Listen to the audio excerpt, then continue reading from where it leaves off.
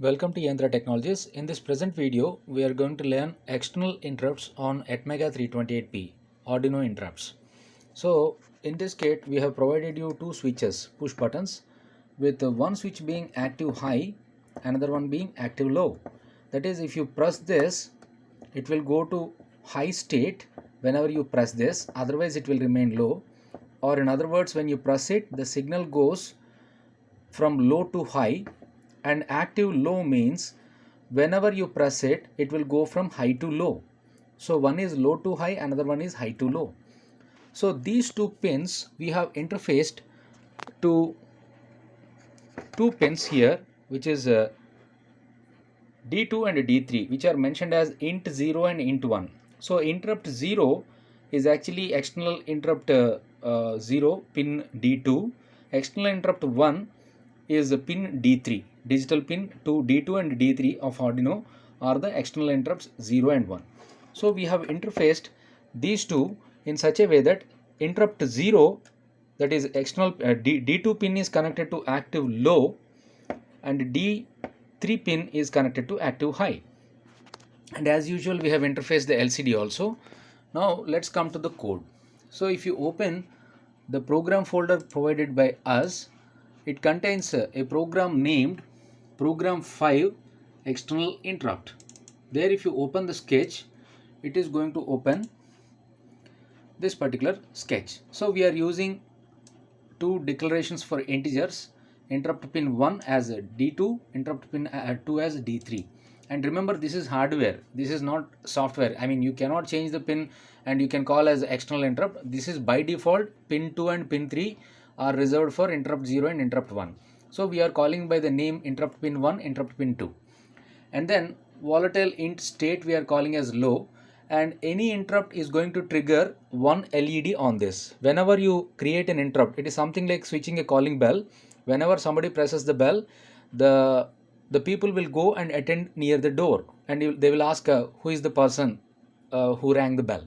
In a similar way, whenever the interrupt is triggered, it is going to call a function.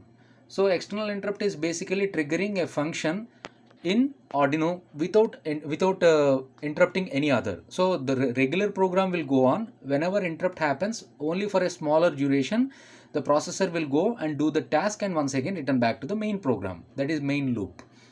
And as usual, we have declared the liquid crystal, we have included the header file, and then we have created the instance of liquid crystal I2C. This is the constructor, and 27 is the I2C address. It is 16 by 2 type LCD, and we have the setup wherein LCD init, LCD backlight, and LCD set cursor 00, and then we have declared these pins as inputs. Please try to understand that when you are using the pin to take something from outside, it is obviously called as input, because you are taking something from outside, so that will be your input, and if you are giving something outside, it will be called as output.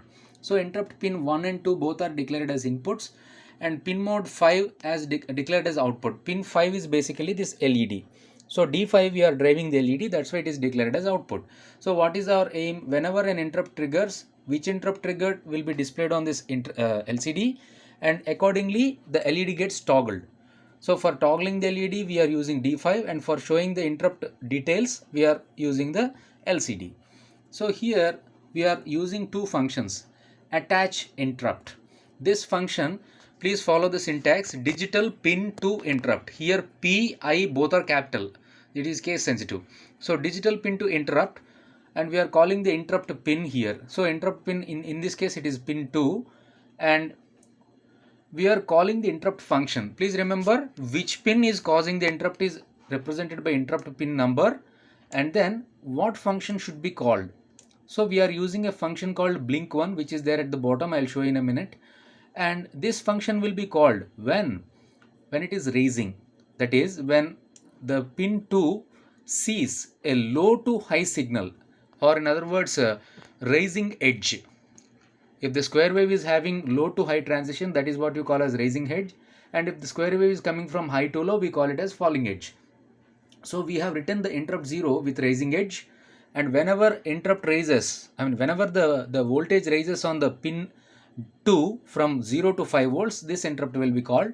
And similarly the second one, digital pin to interrupt pin 2, we are calling another function blink2, that is with falling. Of course, you can use any function, but I am just trying to discriminate. One is with raising, another one with falling. If you want, you can use both for raising. It's up to you. So, and then serial. So we want to print this even on the serial monitor also. And then we have put a flag, int flag, and unsigned long time. So we are just counting the time here, nothing here. And if the flag is equal to 0 and millis is minus tim is greater than 1000. So for every 1 second in the serial monitor, it is going to print I am doing my regular job. And then it says tim equal to millis. So what it is basically doing is, for every 1 second, it is printing this particular job. Remember here, no delay function is being used. Only the millis function is used. So regular routine will go on normally. Whenever 1 second time exactly comes, at the time only it is going to print. Remaining time it will go with the regular duty. It will go to the next one. If the flag is 1, then serial print interrupt 0 occurred, lcd.clear, lcd.print interrupt 0 occurred. Why we are putting the flag here? See, generally I'll give an example. Suppose that you are cooking some, maybe you are putting some coffee on a stove at your home. If somebody rang your doorbell, will you go to the door and stay for sufficiently long time, or will you take a quick response from the visitor and get back to your regular duty? Obviously you want a quick response. Same thing happens here. Whenever an interrupt is triggered, it's wise to use very short time by setting these flags. Instead of writing this flag, I could write the serial.println statement itself in the blink function. But why I am not writing there? The reason is, interrupt should be very short duration task. It should not be a lengthy task. So in order to print this serial print, etc., it may take several milliseconds. So to avoid that, we are using a flag and we are printing the things only in the main loop. So interrupt is very short duration. So whenever the flag is set to 1, it means the interrupt 0 occurred.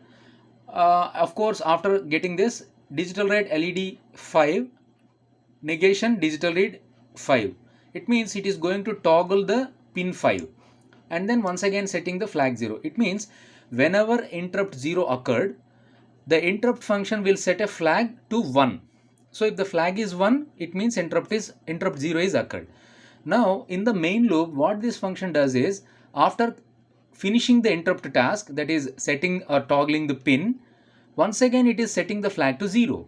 So interrupt flag raised, and it is clearing the flag after completing the interrupt, after serving the interrupt. If at all the flag is 2, it means this is due to the second interrupt, that is interrupt 1. It is going to print serial println interrupt 1 occurred, LCD clear, and LCD print interrupt 1 occurred. And once again it is toggling. So no matter whether it is interrupt 0 or interrupt 1, it is going to toggle only one LED. But the difference is, it is going to print different numbers on the LCD screen. Now we will see what happens when interrupt is raised. You see, this is just void blink 1, void blink 2. See how short it is. Just it is going to set the flag, that's all. Whenever an external interrupt triggers, it goes to this function blink 1 and sets the variable flag equal to 1 in one case and flag equal to 2 in other case. So it is not going to waste too much time. It is just going to set the flag and come back to the regular duty. Let's upload it and see how the things will happen. Now the uploading process is done. Now I am opening the serial monitor. In the serial monitor, nothing is printed. So I am doing my regular job is getting printed for every 1 second. So the processor is doing its routine job. Now I'll try to press this button. So when I press this button, it will say interrupt 1 raised. See, interrupt 1 occurred. Well, you may ask why it is happening for 2 times. Remember, when I press this button, it is not happening so sharply. This is called bouncing. When I press this button, it takes some milliseconds to shatter. That is, the switch gets on and off for millisecond duration.